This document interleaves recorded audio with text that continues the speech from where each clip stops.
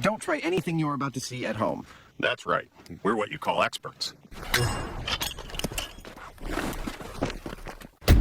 On this episode of MythBusters.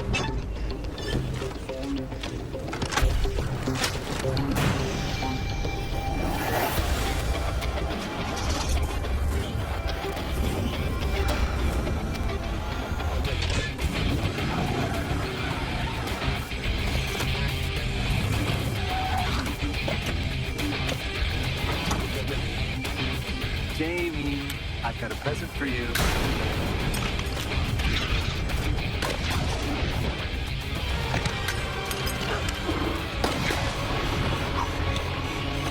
Welcome to Hollywood Explosions on Trial.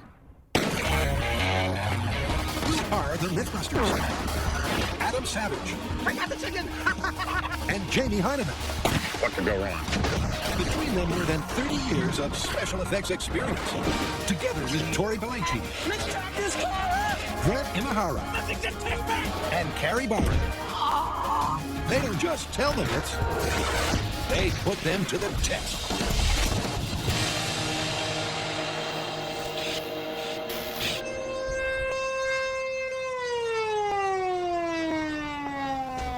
Looks dangerous. It is very dangerous. This is possibly the most dangerous story we've ever filmed. Fire! It didn't go off. We have a live grenade. We cannot leave this bunker until we deal with the situation. Let me guess, it involves a grenade. You're like a mind reader. Yes, it totally does. Pop quiz, hotshot. What would you do if someone threw one of these at you? Why, you kiss your ass goodbye. That is one solution. Another solution, favored by Hollywood movie action heroes, pull out a gun and shoot it out of the air. And that is where I think we need to begin. Okay. It's a standard action movie move. To protect yourself from an incoming grenade, you take it out midair, where one of three things can happen. It explodes safely, it's rendered inert, or it's sent back from whence it came. Now, when it comes to shooting objects out of midair, that's a sport, actually, called trap shooting or skeet shooting. I think it's this way. Pull. And when you want to do that in the Bay Area, pull, you come here to the Coyote Valley Sporting Clay. You must be Dave.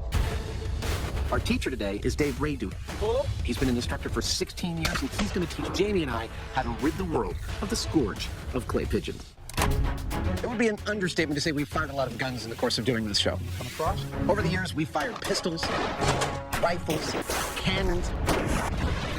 We fired from moving cars at moving cars. I'm feeling pretty slow. We've even fired bullets at other bullets. But this time we're trying to hit a moving target in midair. Pull. We were close, but not close enough. Training on clay pigeons so that hopefully we can hit a grenade. Pull. If they can't even hit a moving target, then the myth falls at the first hurdle. Pull. And at first, it's not as easy as Hollywood would have us believe. Yeah, I was a little behind it. But they've got a great teacher. Pull. Nice shot. Fantastic. Very nice shot. Oh, There we go. Beautiful shot. I was just going to tell you about that. We've been shooting at these clays from the side, but if you're trying to avoid getting hit by a grenade, you're going to be more concerned when they're coming right at you. Yeah, I got it. Like that.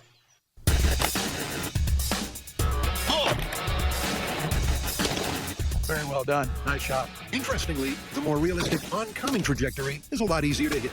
So far, this myth is moving in the right direction. Sweet. Pull.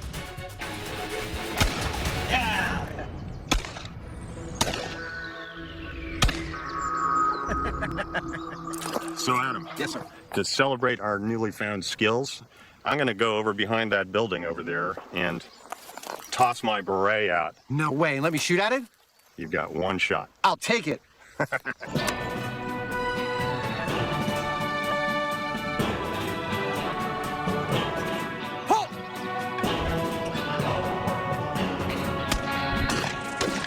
I can't tell if I hit it. Oh, sorry. Let's go take a look. All right. I think you did. There's the proof. Dude, I get to keep this and stuff and mount it in my trophy case. Well, what am I going to wear? We'll get you another beret. Okay, you let me know when it arrives.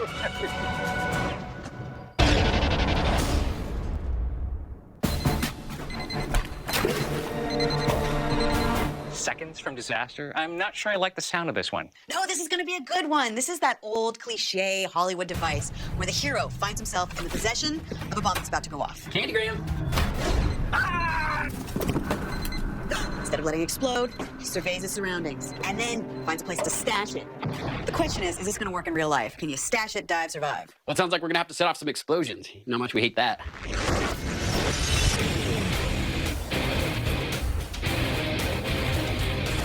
So we're here at the Alameda County Bomb Range to see what items that you would find in your household that could protect you from an explosion. Now, the amount we're gonna be using is a pound of C4. When in doubt, C4. So what is C4? Well, its technical definition is cyclotrimethylene trinitramine. When you want a high-velocity explosive that's also very stable, C4 can't be beat. You could set it on fire and it wouldn't go off. You could hit it with a hammer and it wouldn't detonate. What it does take to detonate C4 is det cord or blasting cap. The explosion of the blasting cap applies a really powerful shock that triggers the C4 explosive material. As the C4 decomposes, it releases a variety of gases that expand at over 26,000 feet per second. Now, before we can find out if you can contain that explosion, we need to find out what its power is without containment. And for that, we're going to do a control. All right, Buster, the bomb's about to go off. Jump. So how are we measuring the shock wave? Safe. With these. Burstis, made by a company called Osico. Now what happens when an explosive goes off is that you have a shock wave that propagates spherically out from the center of the explosion. All right, so that's 20 feet away from the blast zone. These are calibrated to burst at a specific PSI. This one is 13 PSI, which we're using to measure injury. Because remember, it's not whether the hero lives or dies, it's whether he walks away unscathed. Ready? In 3, 2, 1. Whoa, that was a good one. I felt that one. Look at that. That's perfect. So we've successfully identified the injury zone. For our experiment, this is at 12 feet. At 14 feet, the disc didn't go off, so he'd be safe out there. We're gonna set our guy right here at the 12-foot marker and try it again with our first household item, a filing cabinet.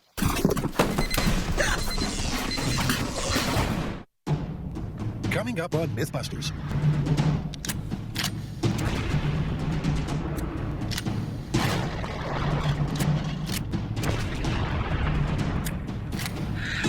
Bad baby. Run!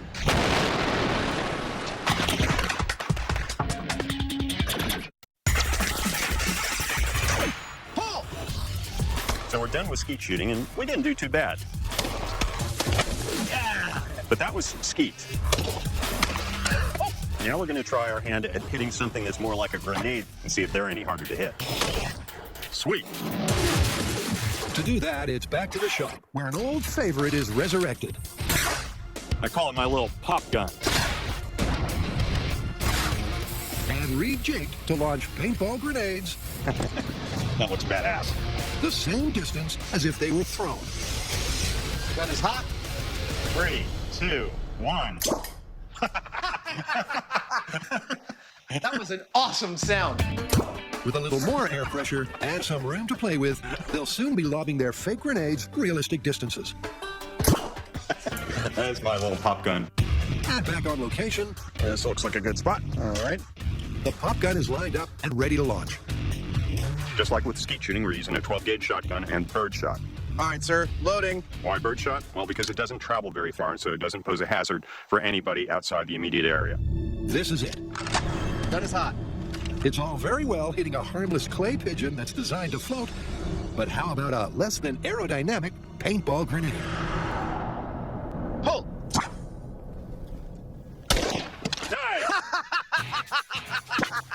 That was the most satisfying trap shooting ever. Well, our skeet shooting training paid off in space. Pull.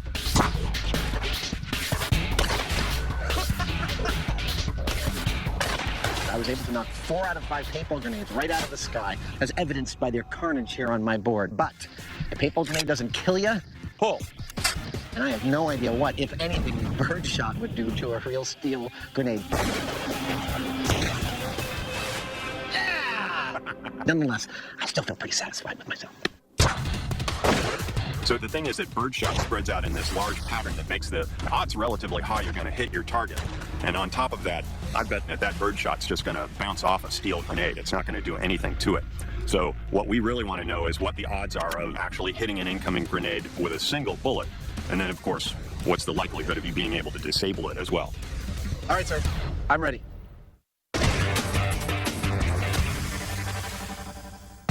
12 feet away from 1 pound of exploding C4 will result in serious injury. But Hollywood would have us believe you could walk away unscathed You got this from Jamie's office? by dropping the ticking time bomb in a randomly located, supposedly boom-proof container, I'm trying to find my contract right now. like a filing cabinet. Okay, so this is our same 13 PSI injury indicating burst disc. I don't remember agreeing to washing Jamie's mustache. And remember, with no containment devices, 1 pound of C4 caused this disc to go off at this 12-foot range. Well, I'll be damned. I guess I have to wash his mustache. The goal here is to see if the containment devices serve as some kind of protection. And to indicate that, if this disc does not go off, then that means, you know what? There's no injury at this range, and they did their job. You're probably asking yourself, why do you guys have these styrofoam cutout blue guys? Well, those are our shrapnel catchers, because if the shockwave doesn't injure you, the shrapnel might. In 3, 2, 1. Oh, there goes your files. Oh, Wow! That is a mess of paper. It's just confetti. All right, let's see if it helps. Well, as far as the pressure wave goes, the filing cabinet did offer some protection. The disc at 12 feet, the dive to survive zone, did not burst. Okay, so the cabinet did save you from the shockwave, but you're going to be killed by the shrapnel. I mean, look at that guy's head. It's been ripped off. Oh, putting the bomb in the filing cabinet? What was I thinking?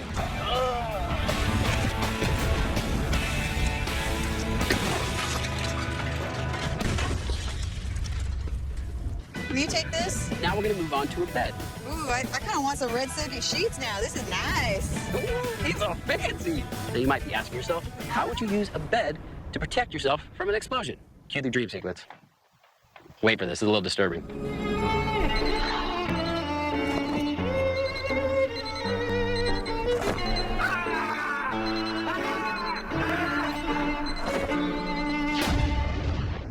That could work. Here we go. In 3, 2, 1.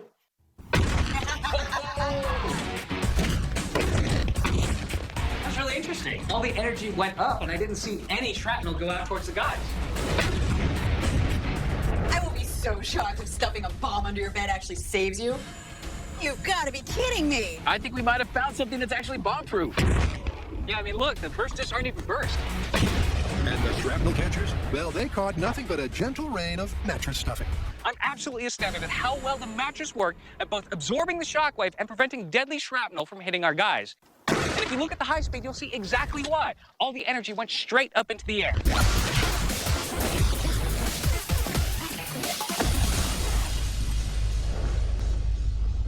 But up next is a fish tank full of water, and that is a totally different animal.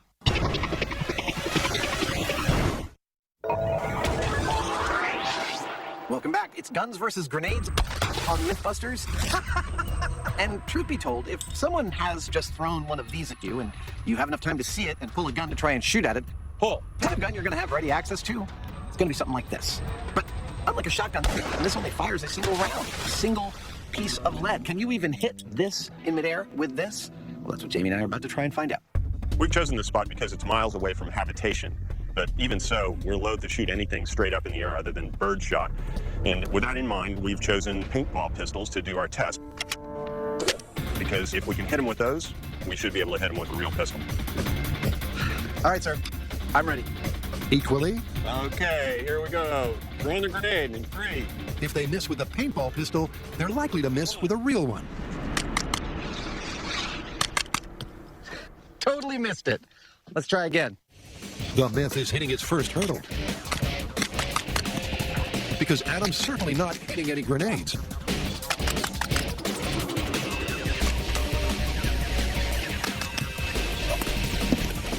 I ran out of ammo. I got close, though. They've proven the wide spray of shotgun shot works. But the silver screen scene in question usually involves a weapon firing a single bullet at a time. And that's proving very, very difficult. Oh! I got it! But not impossible. There is paintball paint on that puppy. Can be done. It can be done. It can be done. I'm ready. Look, if someone's throwing a grenade at me, I'm going to use anything at my disposal to try and save my life. If that means fruitlessly shooting a whole clip of rounds at that thing with a 1% chance of hitting it, I got it. I'm going to take those odds. Nice! Right in the middle. Beautiful. But the real question is, what happens to a grenade when you hit it with a real bullet? That's the question we're going to answer next.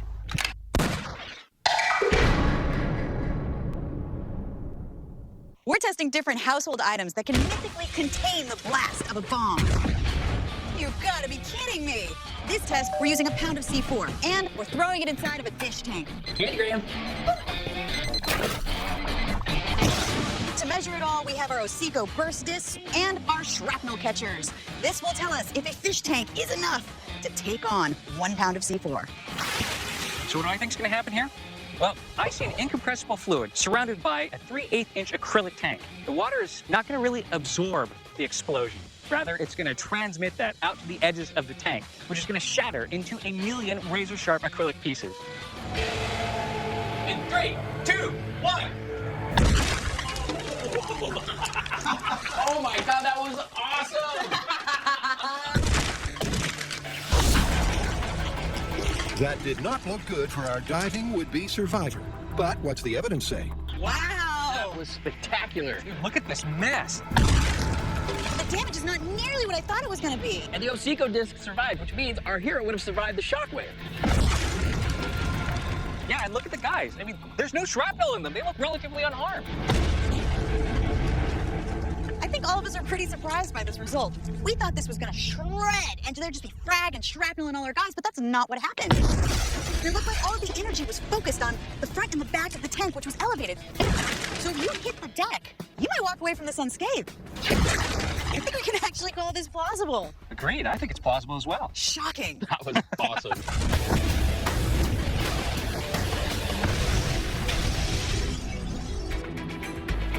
Welcome to Angel's Camp Quarry.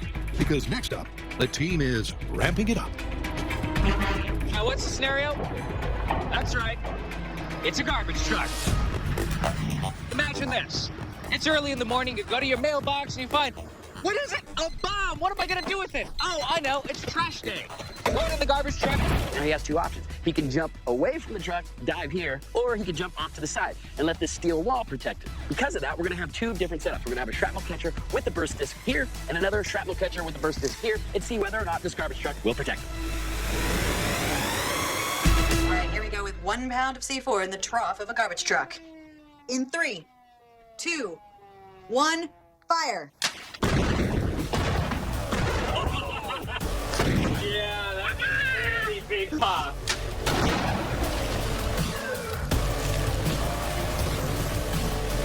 Well, I think it's obvious you don't want to stand behind the truck. This guy's blown to bits and the Osico disc is blown. All right, well, over here on the side, looks like you'd fare a whole lot better. In fact, you'd survive without injury. If you jump off to the side, you would survive. This one's looking plausible. So plausible by proximity.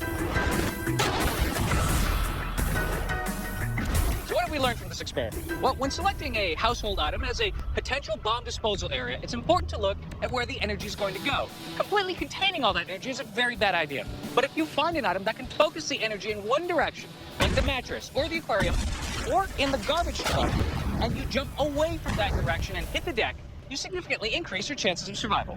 You guys, we're here. We have a truck. We have experts, and we have a lot of explosives. I say we do this MythBuster style. Let's make it disappear. It's time to go boom. Fire in the hole! Fire in the hole! Fire in the hole! 5, 4, 3, 2, 1. Please do not try what you're about to see at home. The things that we do on this show are extremely dangerous. We have experts to keep us safe. Ho!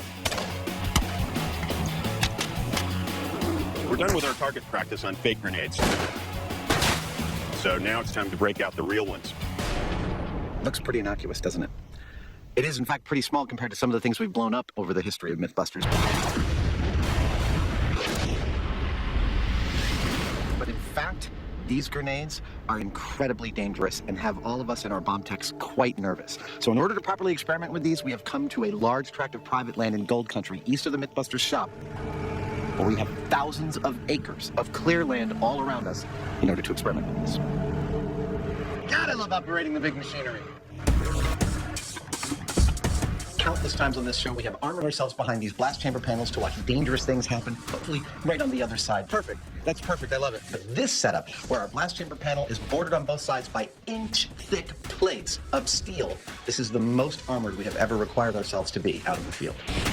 That's because it's not just an explosive pressure wave they're dealing with. The steel body of the grenade is designed to spray lethal fragments at over 25,000 feet per second in every direction. And the nightmare scenario is a misfire. To prepare for that, Jamie's recreated his own nightmare. Normally, bomb disposal robots cost around 100 grand or so. This is my version. Behold the bomb, baby.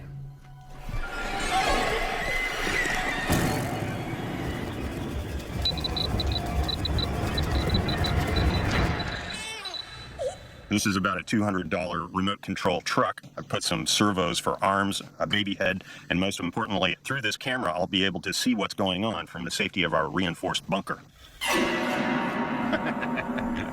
Those are the safety precautions. But what's the first test? Time to wire up a little control.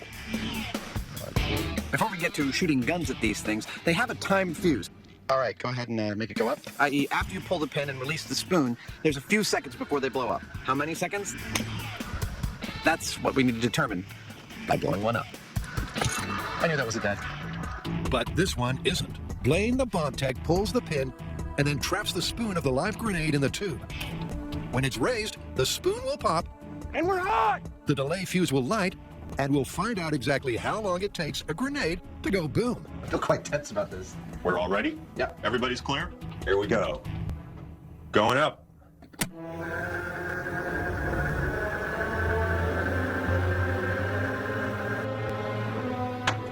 I heard the cap go. Wow.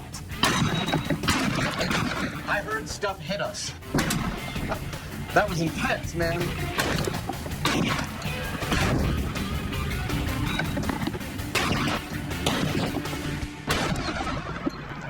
The key reason for this test was to check our timing, because we need to know how much time it takes for the grenade to go off once the spoon pops up. That was 5 seconds exactly. Time for some guns. We're just about to start firing guns at grenades, and we've been thinking about it, and we think one of three things is going to happen for each of these shots. Either the round will render the grenade inert and maybe decimate it. That's one. Two is it could actually detonate it and explode it in midair. Or three, it could bring enough energy to the equation to actually send the grenade back to where it came. I'm curious as to what the result is actually going to be. To find out, the setup is simple. All right, then. It's been established an oncoming grenade can be taken out. But with live ammo, they're taking no chances. 3, 2, 1, go. Perfect. These are the weapons we'll be using on our grenade today, and we'll be firing 4 kinds of ammunition out of these 3 weapons. We've got a .308 round, a .45 caliber pistol round, and a 12-gauge double-aught buck round. That looks pretty dead on. I'll leave the rest to the bomb squad. Now here's where things get interesting. I think the .308 round is going to be by far the most effective round against the grenade, but its rifle is by far the most difficult one to hit a grenade in midair with. While at the other end of the spectrum, we've got the shotgun, used for trap shooting, the easiest weapon to use to hit a grenade in midair, but I think this, the double-aught buck round, will be the least effective against the grenade. First up, the shotgun and the lightweight buckshot. Okay. Arming. Will it detonate the electronically triggered grenade? Armed. Or render it inert? 3, Or even knock it back 30 feet, 2, cartoon style? 1, fire. Where'd it go? I don't know. It didn't go off. Crap. Yeah. We got ourselves a situation now. The grenade's delay fuse was remotely triggered, Adam fired the shotgun, and the grenade was knocked off the stand. But there was no explosion. And now, somewhere out there, we have a live grenade. We cannot leave this bunker until we deal with the situation. You want to fire up the baby?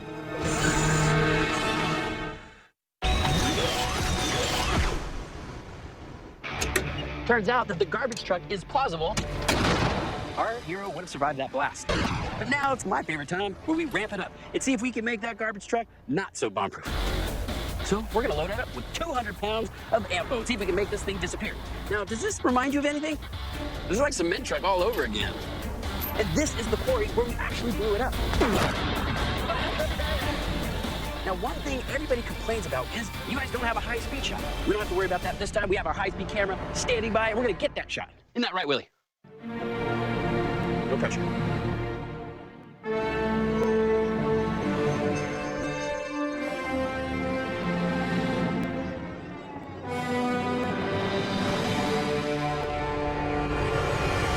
This is Garbage Truck versus a whole lot of info.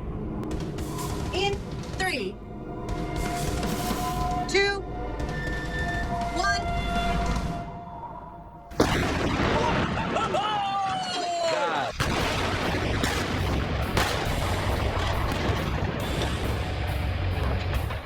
The shrapnel got up to the same height as us!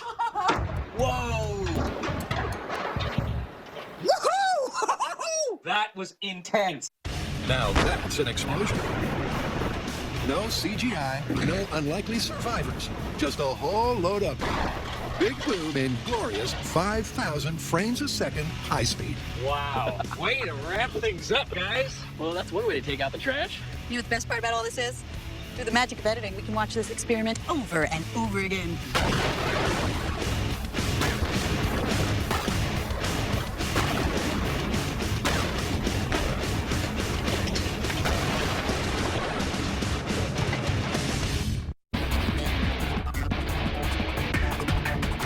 Since this story is about grenades, I'm going to map out how these things work. This thing on the outside is called the spoon, and it's retained by this ring and a pin. Now, underneath that is a spring-loaded striker, which once the spoon is released, the striker is also released, and it flips over and creates a spark, like so. Underneath that spark is a fuse. It's called a delay fuse, which is engineered to burn for a specific period of time. Once it burns to its end, which is down somewhere in the middle of the grenade, it ignites a small amount of high explosive that's relatively unstable. That creates a small blast which ignites the rest of the high explosive that fills the grenade. At this point, you've basically got a small pipe bomb which has a kill zone of about 45 feet. Fire! Where'd it go? It didn't go off. But why? Before they fire up the bomb baby, Adam fires up the high-speed camera. Oh, criminy, Jamie, come here. Dude, watch this. No more grenade. We don't have a live grenade out there. We've got a bunch of dust. Wow. I totally did not see that coming. Darn, I wanted to wake the baby up. That's the result. Unbelievably, it seems that you can indeed shoot a live grenade and render it inert. It's amazing. It didn't- disintegrated the outer casing, and then, even though this was within its 5-second range, did not let it explode the cap so the TNT didn't blow up. Wow. I would not have called that. That's amazing. The double-odd buck completely disintegrated the grenade, and that frankly surprised us all because double-odd buck is their little 38 caliber lead balls, and you wouldn't think it would be able to do a whole lot to a steel grenade, but it did. It took it completely apart, and it even took apart the blasting cap before it could go off. An astonishing result. The fuse was lit electronically, but before it could detonate, the butt shot broke up the TNT party. Next up is a 45 caliber round pointed at the grenade. If you remember, only very recently we discovered it's a lot harder to hit a mid-air grenade with one of these than it is with one of those easy shotgun rounds. As to what it's going to do to the grenade, you ready? Okay, 45 ACP, 3, I expect it to have a very similar effect as the double-aught buck. 2, I think that the 45 cal round is going to turn that thing right into dust. 1, fire! Hey! It shot it right up the thing. The cap went off, but the grenade didn't. We knocked the grenade off the stand. It looks like we split it in half. So we didn't stop the cap from going off, but we did stop the grenade from blowing up. That's cool. That is very cool.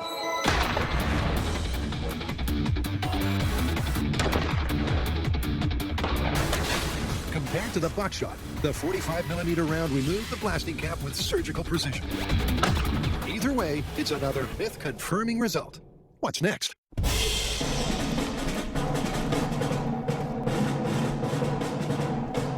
Now we're going to bring some real energy to the equation by using a 308 sniper round full metal jacket. There we go. As to what this is going to do to the grenade, I've been wrong for everything so far, so I'm going to say I have no freaking idea. 3, 2, 1, fire. The grenade went boom. We didn't disintegrate it, it blew up. I think so. Let's look at high speed. Okay. The high-speed camera, the scalpel, the microscope, the light, the multi-tool for tackling time. There it is. And what it shows is The grenade ignited the second that it penetrated. That is a thing. The blasting cap inside a grenade is actually somewhat shock sensitive, and the 308 round is a very, very high-speed round.